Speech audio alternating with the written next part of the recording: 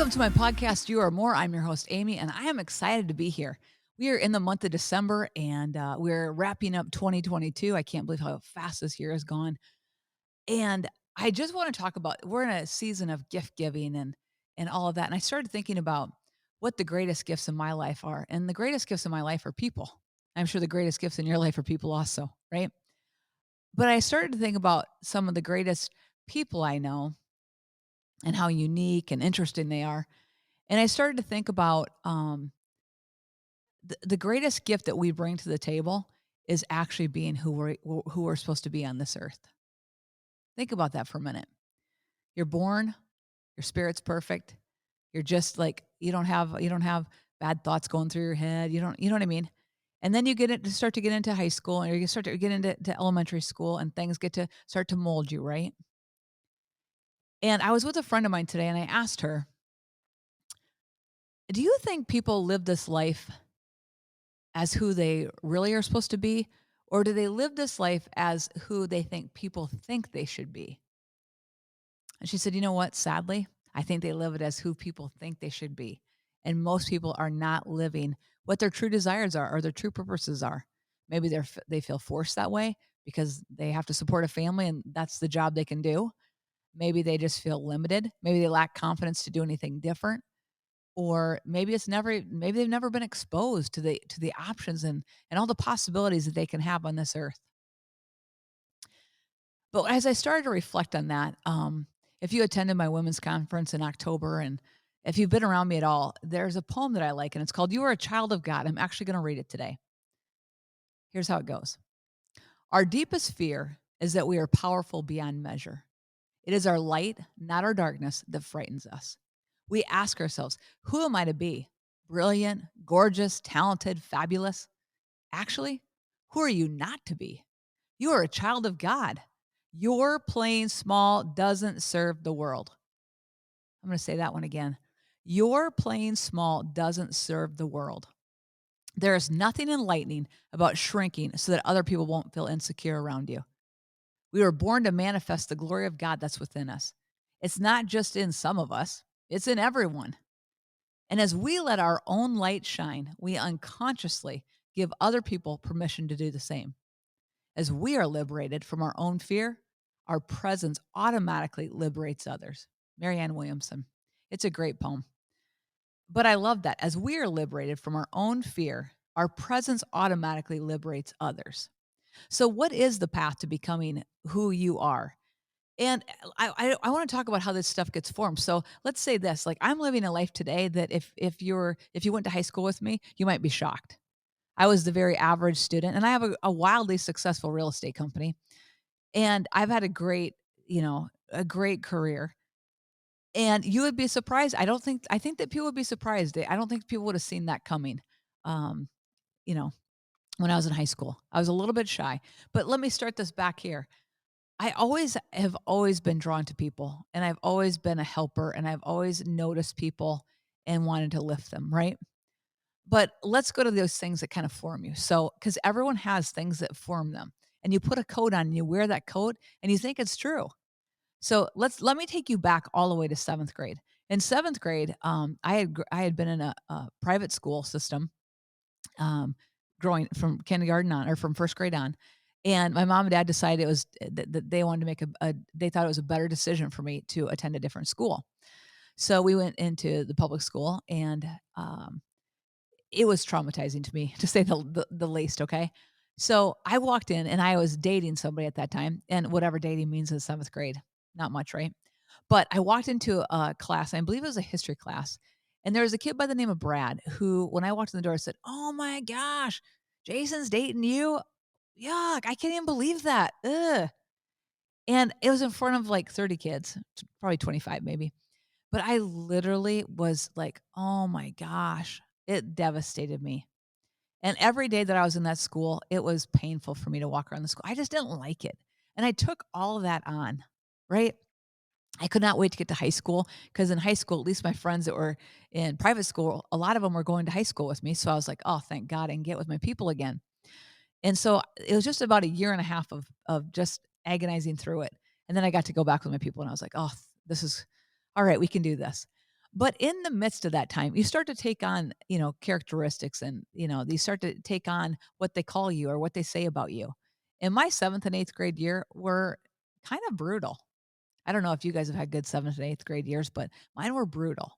And you start to take that on, and it starts to diminish you as a person. Maybe you've had words hurled at you, maybe you've been called names, maybe you've been made fun of. If you're on this earth for any length of time, you've had all of it. But those words and all that can start to form like a coat on you that is not who you are. The coat doesn't actually fit. It's just you believed it. And so now you got it buckled up tight, you got it zipped up, you're cozy in it. And all of a sudden you hear this whisper, am I who I am on this earth? Am I acting who I'm supposed to be on this earth? And per my conversation with my friend, I would tell you that most people are not really living the life or acting or actually who they are supposed to become. They've given place to not even seeing it clearly, not even having a hope of it or a thought of it. The only thing is I know that that's not you who are listening to this because you're people that are on pursuit. You're people that are pursuing greatness in your life, greatness and different things, and you're on pursuit. I'm a person that believes that growth is to be a part of your life until the day you go to heaven. I don't believe in retirement. I believe in, yeah, refine things, refire things, re-energize things, but there should be a continual momentum of growth personally, mentally, emotionally, physically. Like all of these things. I believe in that. Till the day you leave this earth, you should be in that growth mode. And you say, Amy, that sounds like so like it's all about you. It's all about you. Here's the thing I can tell you, the time you spend in self improvement, the time you spend taking care of yourself and self improvement and self discipline and growth, learning new things, teaching yourself new things, taking classes, attending conferences, all those things. Guess what it's doing? It's for me personally, I'm a better wife when I'm being fulfilled in these areas. Like I'm like, okay, all right, my skills are being tuned. This is how I am. My skills are being tuned. All right, there's some growth happening. I see some progress. Okay, that makes me a better mother. You're like, huh? That makes me a better leader, right? It's hard to lead when you're not growing because people catch up pretty quick. You got to keep leading. I always say that I always want to be a leader. I tell my kids every day, you're leaders, you're leaders, you're leaders. And the reason I say that is because if you're a follower, you're just looking at the backside of somebody. Where if you're a leader, you're setting the pace and you see the different mountains, you see the challenges, you see all the opportunity in it. And today we are living in probably one of the most fascinating time frames in the history of this earth, I think. I'm excited to be here. I'm excited that of what the challenges are today in our world because guess what I know? There are leaders that are rising in every industry, in every field, in every that have never been there before. They're no names. They're people that have not been known. New people are taking the paths because guess what? It requires a different mindset. It requires different thoughts. It requires probably a different level of courage of doing things differently. And guess what? If you're listening to this, this is how you think. You're transitional. You're a great transitional leader. You're walking step by step by step. But going back, you have to become who you're supposed to become on this earth to allow other people to express who they are. So let's go back to this. Me launching this podcast, it's coming up on I've been consistently doing it for like a year and a half. I launched it like 2 years ago. But guess what? I had to go against the voice. The voice that is one that most people entertain, they think about it and it causes them to draw back. And that is, what will other people think? You've thought it, haven't you? Most of the time, here's the reality of it, guys. They're not thinking about you. They're thinking about themselves. Most people are totally focused on themselves. I all the time. So I would not let that thought of what are they going to think about me and their momentary 5 or 10 minute chat about you, or even a couple week chat about you, stop you from living your dreams. But guess what? I encountered that. I'm known one way in my market as being a realtor and as being a leader in the real estate industry. And I'm like trying to, and I'm wanting to go out and do my mission on this earth, which is to impact people, to show them who they are, to show them what they're capable of and make a real difference in their life. And I'm wanting to do that, but that's not what I'm known for. So I had to put myself out there. And it puts you out there. I mean, someone could say, "Who do you think you are?" Oh, she thinks she's such a hot shot. Just all these things, right? They can take pot shots at you. It takes real courage to actually be who you are. It takes courage to walk in all you're called to. But I can tell you this, as you are who you are, you attract a whole different tribe. As you are who you are, you get a whole different vibe going. And guys, the world that maybe has been small to you starts to open up. More opportunity starts to come to you. Things start to change. Different relationships come into play because you're taking different steps. The one thing I do know as you're walking into your new person, right? Who are you to become? Shaking off the old ways, shaking off the old thoughts. Take that coat off. It doesn't fit anymore, right? Take it off.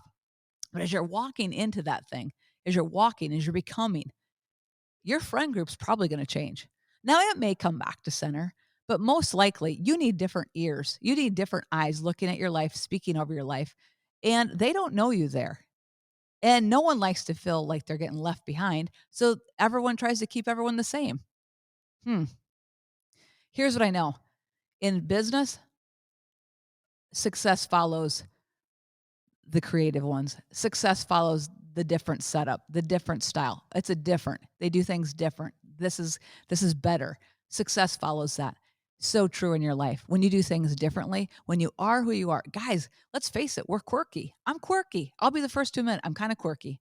I have some, you know, if my coffee's not scalding hot, I'm not drinking it. If my water's not room temperature, probably not drinking that either. I'm not drinking out of a plastic bottle. Like there's weird things about me. I'm a little quirky. But guess what? I don't care. I'm good with it. I own it. I'm good with it. I have commitments that I've made to myself that separate me from people and sometimes that feels funny, but it's okay cuz I'm good with it. It's who I am. And the more and more I give place to who I actually am on this earth instead of who others have thought that I was, who others wanted me to be, as I give place to who I am and I give place to the expression of who I am uniquely created to be on this earth, the world unfolds. Impact is greater because it's authentically you. Isn't that interesting? When you are authentically you, you give permission to people to be authentically them. And isn't that what we all want? We don't all want to dance and beat to the same drummer, right? I've always beated to a bit of a different drum. And I'm happy that I do. I'm glad that I have, right? And I continue to beat to a different drum. And here's what I can tell you. I am 100% committed to transforming and being committed to becoming all that I'm called to be on this earth. And if you're listening to this podcast, that's how you are wired also. You want to be all you are supposed to be on this earth. You want to maximize your potential. Here's the thing I can tell you. You're going to have to move past the thought of what are they going to think? What are they going to think? So tell that thing to take a hike, replace it with who might need me? Who might need my story? Who might need my courage? One of the greatest things that we give to people when we support them, when they see us do things, we give them the power of borrowed belief. Borrowed belief is really, really powerful. Borrowed belief says if they can do it and they're doing great with it, oh yeah, I can do that too. Oh yeah, I can do that too. Yeah, right? That borrowed belief. It's a powerful thing. If you have people in your life that give you borrowed belief, ride with it. I tell my team all the time, just because you personally didn't have the success, you personally didn't have that win, our team did, they did it, you can do it. Borrow the belief, borrow the confidence because it's yours. Borrow it, use it. Use it to your advantage, right? But you're going to have that borrowed belief. Use the confidence of other people. You're going to have to get into different rooms. You are going to have to get into different rooms. But here's the thing today, with all the technology available, listen to a different podcast, watch a YouTube video. I know as you seek to move forward into everything you're called to, your passions, your purpose, opportunity is going to open up for you. And you're going to be amazed at the abundance and what you feel in your heart when you're contributing and you're giving. I think this when we withhold who we are as a person, we withhold. And our spirit like doesn't feel near as fulfilled. The only way to keep and grow who you are as a person is to actually give it away. You want knowledge? I'll give you what I got. You want to know how to do this? I'll tell you how to do it. How can I impact your life for the better? How can I contribute to your greater good? When you take that on as an attitude and then that is what your main focus is, your main thing is to make an impact and to deliver something to somebody, contribute to their life to better them. Guys, I always say in the real estate business, I'm like, guys, don't ever chase money.